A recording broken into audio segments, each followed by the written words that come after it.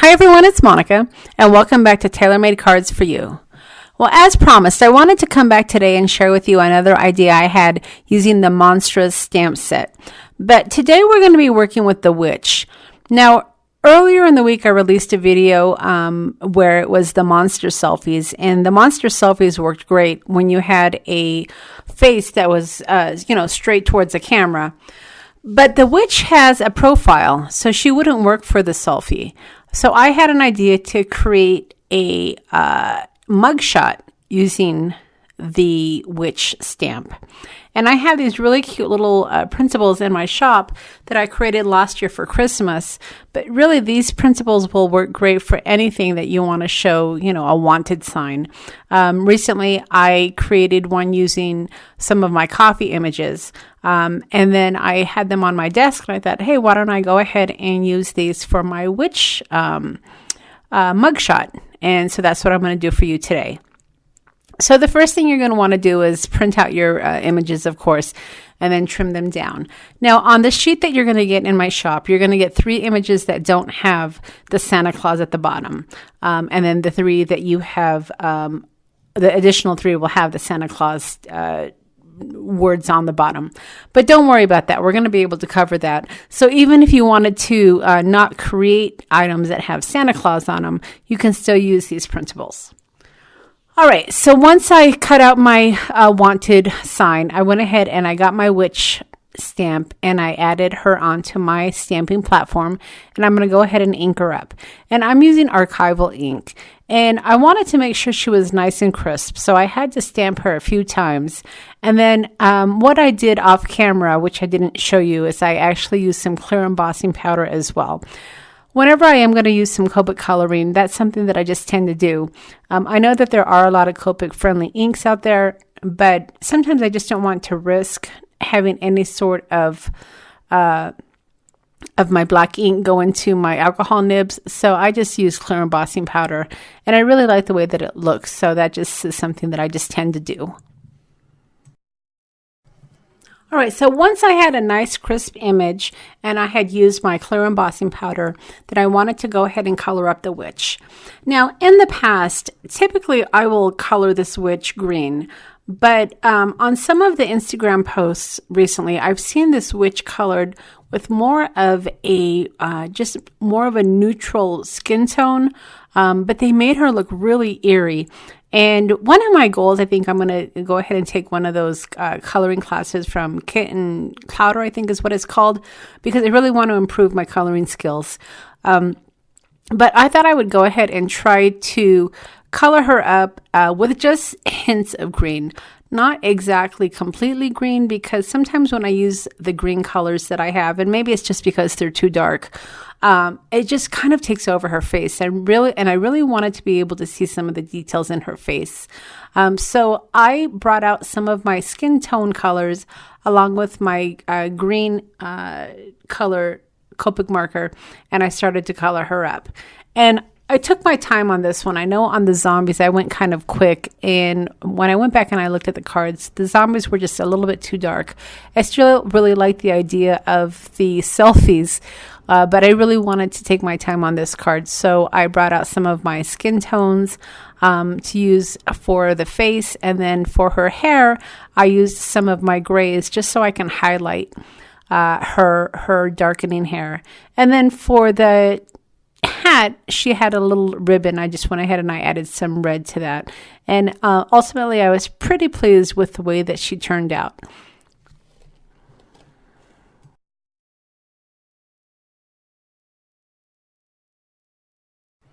Coloring is one of those things where you just need to practice. That's not where you can go on and watch somebody do it and then you're going to turn around and be able to create the same exact type of coloring that you just witnessed. It really takes practice. There's a lot of shading involved, and honestly, you have to have the right colors, because you can have, some really great Copic colors, and if you don't have the ones that will coordinate with the shading, then you're not going to be able to get the same results that you see with other colorists. I'm fortunate at this point that I really do have a nice collection. I have probably about 50 or 60 Copic colors, and their variety of colors, and they're just some of the basic colors. And I have tried to coordinate some of them so I can do some of my shading, but I by no means have the entire collection of Copic colors.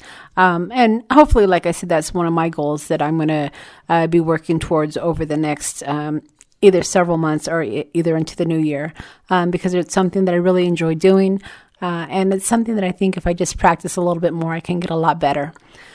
So I went ahead and I finished my witch up, as I described, using some of the skin tones, and then I highlighted the green.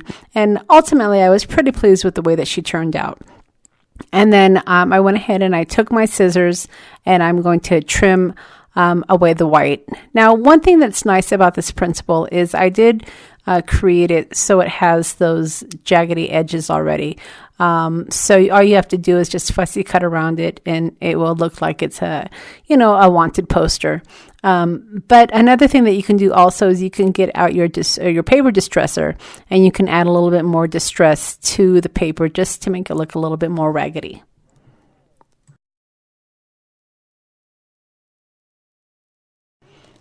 So that's what I did. I got my paper distresser out, and I just went over the edges to create some fraying and make the paper look just a little bit more aged. And at this point, you could easily add some distress inks or distress oxides, but I went ahead and I left it as it was because, as you see, the wanted poster already does have some highlights around the edges, and that worked fine for me. All right, so for the background, I did go to the new paper stack from Tim Holtz that he released this Halloween season. And this is a paper stack that is great. It really has some wonderful colors, and it has more of a mixed media feel because the images are just all blended with different colors and different highlights, and it makes really wonderful backgrounds. So I was really happy to work with it this holiday season. And hopefully he'll have some more pads like these in the future. So once I trimmed down my cardstock, I chose the green because I thought it kind of coordinated well with the witch. And I trimmed it down to 3 3/4 by 5 inches. And then I trimmed the black cardstock 4 inches by 5 1/4. You know that I always like to mat my cardstock with the black just because I love the finished look. And that's what I'm going to do on this card as well. So before I actually mat my green cardstock onto the black cardstock, I am going to go ahead and adhere my witch to my green cardstock, and then I am going to take a brad and use it kind of like a nail right in the middle because I want it to look like it's a wanted poster that is nailed up against, a wall or something like that. So I wanted to get that brad in before I adhered the green cardstock to the black cardstock. And any brad will work. The brad that I used actually was a little bit more fancy because, like I said, I wanted it to look like a nail. And then I just took my hole puncher and I punched it right in the middle. The wanted poster does have a dot right in the middle, so it makes it really easy to find the center. And then you can just put the brad in, and it's purely for decorative. You're not necessarily attaching your wanted poster to the background with this brad. It's just decorative to make it look like a nail.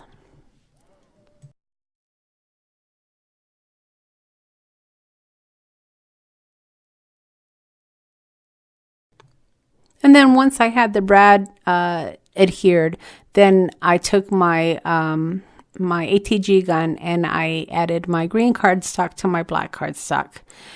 And then we're going to go ahead and attack this Santa Claus saying, because my witch cannot have a wanted poster that says Santa Claus. But this is going to be easily rectified as I show you in just a moment.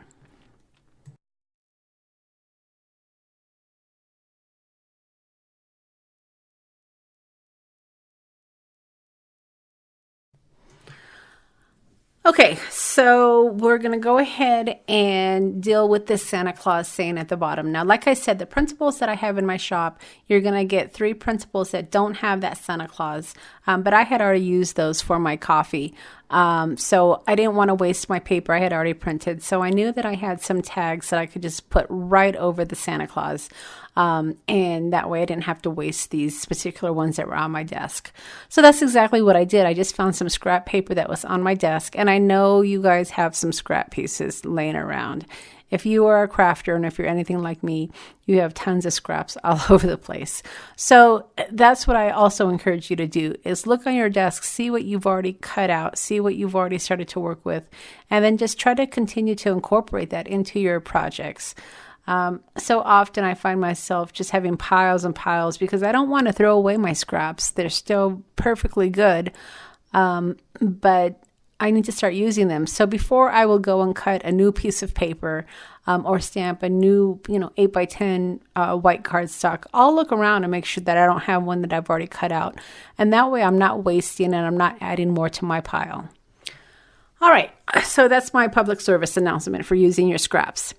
So once you have your scrap piece of paper and your little tag that you're going to use, then what I did is I used some of my my rub-ons, and these are from Tim Holtz. These are remnant rubs that he's had around for a while, and I have quite a few of these because these are really great for add-ons. They have really little words, and then they also have numbers and sayings as well, and they just make really great additions.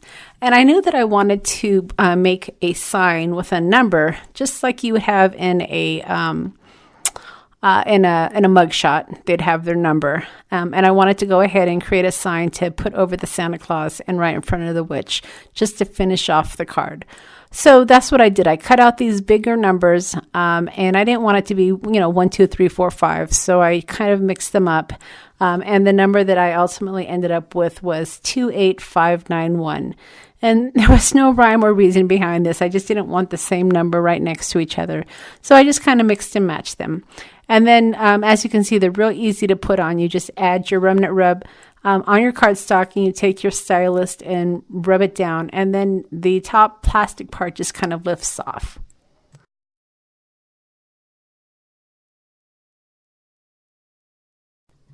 And surprisingly enough, these numbers fit perfect into the tag that I had on my desk. So I was really happy about that. When I first saw the tag and I knew I wanted to use it, I was a little concerned that the numbers would be a little bit too big, but they actually fit perfectly to be able to create my sign to go over the witch. All right, so like I said, I'm just trimming down my numbers and I'm adding them to my cardstock, and then I'm going to use my stylus to remove the numbers. And then once you get all of the numbers adhered, and I think I ended up using 5 fit perfectly onto the label, I went ahead and I took my scissors and I'm going to trim down the tag to be able to add it to my card. Now, I wanted my tag to pop up just a little bit, so I am going to be using some foam tape as well.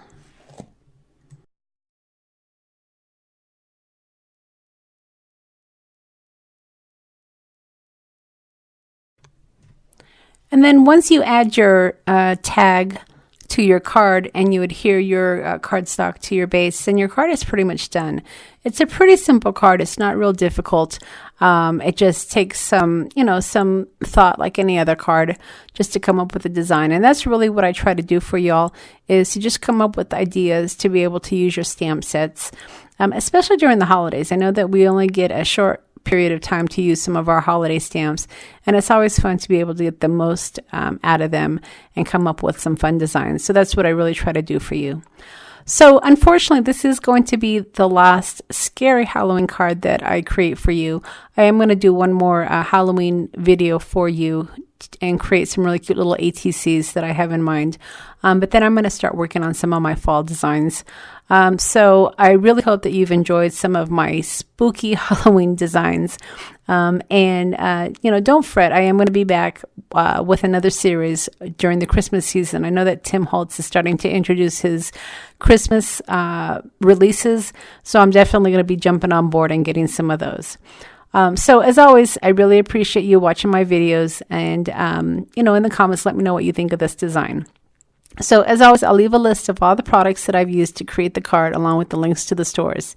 And if you've enjoyed the video, please give me a thumbs up. And it really does help my channel when you share the videos, so feel free to share them as well. Now, if you haven't subscribed to my channel yet, don't forget to hit the subscribe button. And if you haven't hit the little bell to be notified when I do have a new video up, that might be something that you want to do, so that way you'll get notified when I do introduce a new video. All right, everybody, I really appreciate you stopping by today, and we'll see you again next time.